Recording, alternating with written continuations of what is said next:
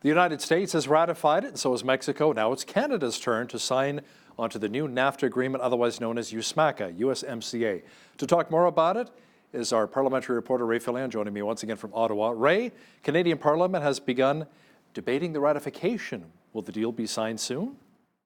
Well, the Americans seem to think so. A Trump White House official this week saying that it's probably going to take the Canadian Parliament not more than 2 weeks to ratify the bill. I think that's a little optimistic.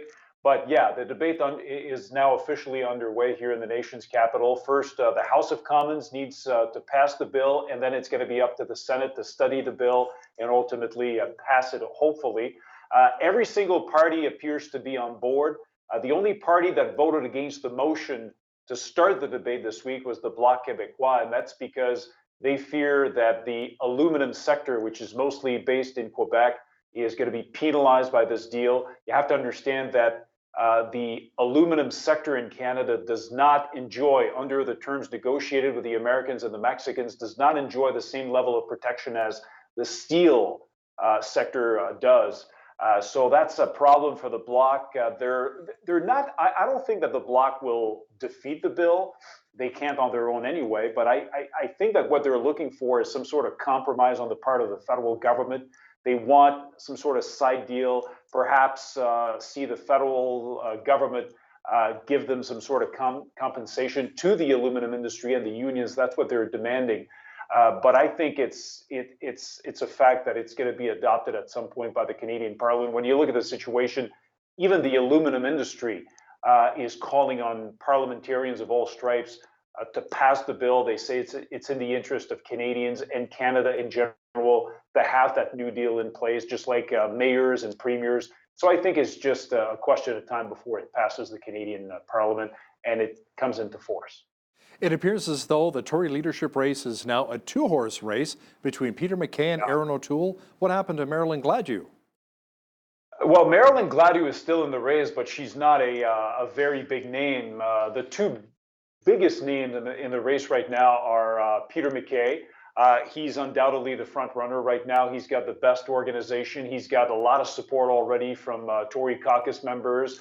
Something like almost 20 MPs, if I'm not mistaken, have said publicly in the last couple of weeks that they're going to be supporting Mr. MacKay. So he's the clear front runner here. His main challenger, as you said, is Ontario MP Erin O'Toole, who, interestingly enough, went to Alberta on Tuesday to launch his campaign. And according to some Tories, what we have here is basically a battle between the red Tories, represented by Mr. MacKay, and the blue Tories, represented by Mr. O'Toole. So that's how the battle for now is shaping up. As you mentioned, there are other candidates like Ontario MP, first-term Ontario MP Derek Sloan in the race, John Williamson, a member of Parliament from New Brunswick, who also happens to be a former Prime Minister, one of Stephen Harper's former communications director, thinking about joining the race. Marilyn Gladu, as we said, an Ontario MP, but they're not very big names. The two biggest names in the race right now are Peter MacKay and Erin O'Toole. And Peter MacKay accidentally ignited a debate on whether the next Tory leader should be bilingual.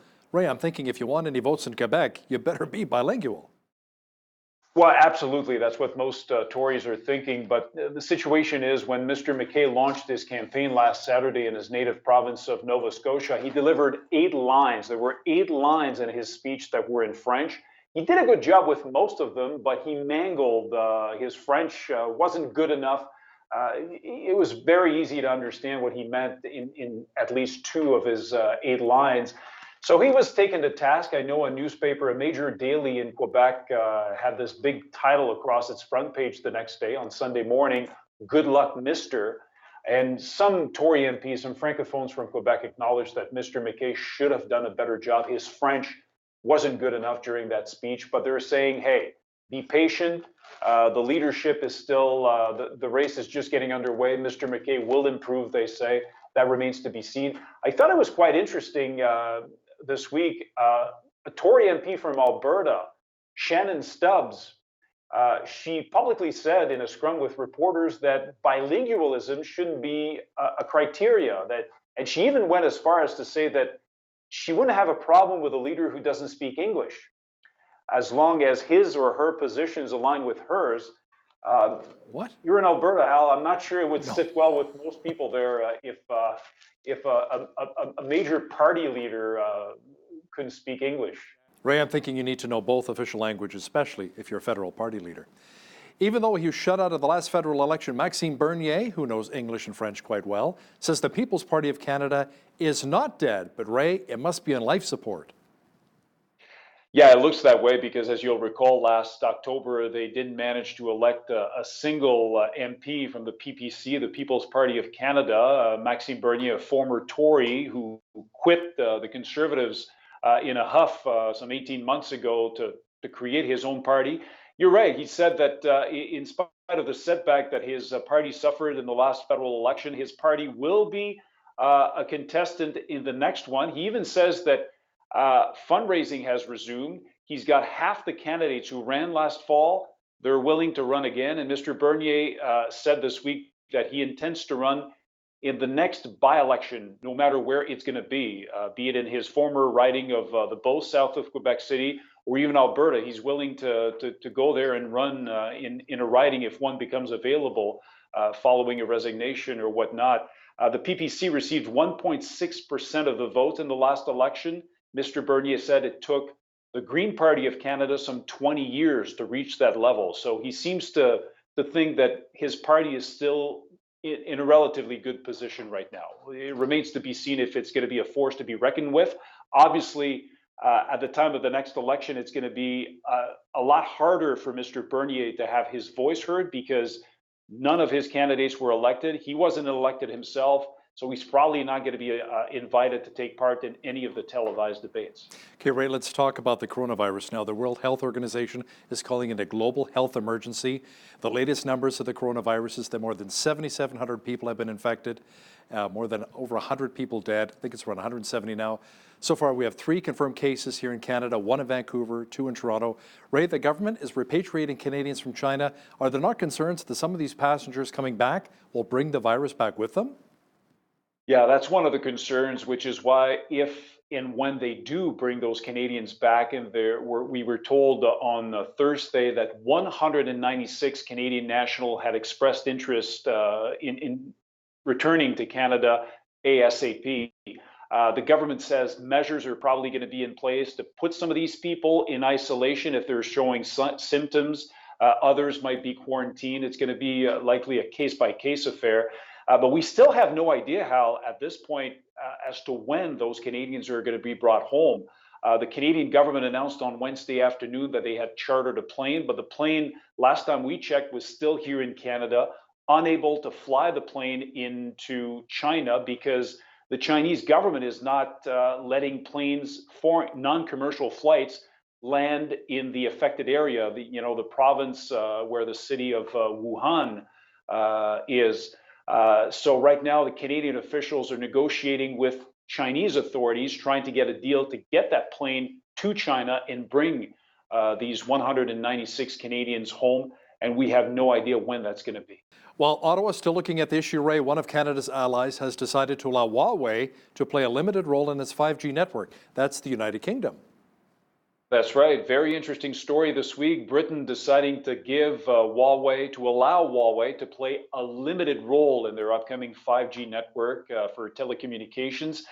They're not going to be able to do everything. As I said, it's going to be a very limited role.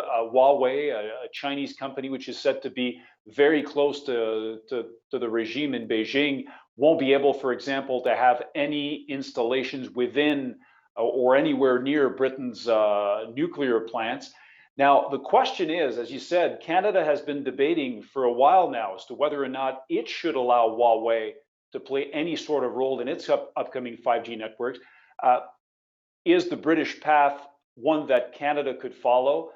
We asked the Public Safety Minister, Bill Blair, we asked Navdeep Bains, the Industry Minister, this week. They wouldn't say anything. They said that Canada is still deliberating the issue. This is a very hard case for Canada, obviously, because on one side you have the Americans who are putting a lot of pressure on their allies, including Canada, not to let Huawei play any role. And on the other side, you have another very important trading partner of Canada, China, which is pushing for Huawei to be allowed to play some sort of role. So it looks to me like Canada is trying to delay making a decision in this case. I remember that last spring, the then public safety minister Ralph Goodale said that a decision would be made before the next election last October. That election came and went, and no decision has been made at this point. So they're delaying it. Ray, the big tech frontier project here in Alberta is now becoming a big issue in Ottawa.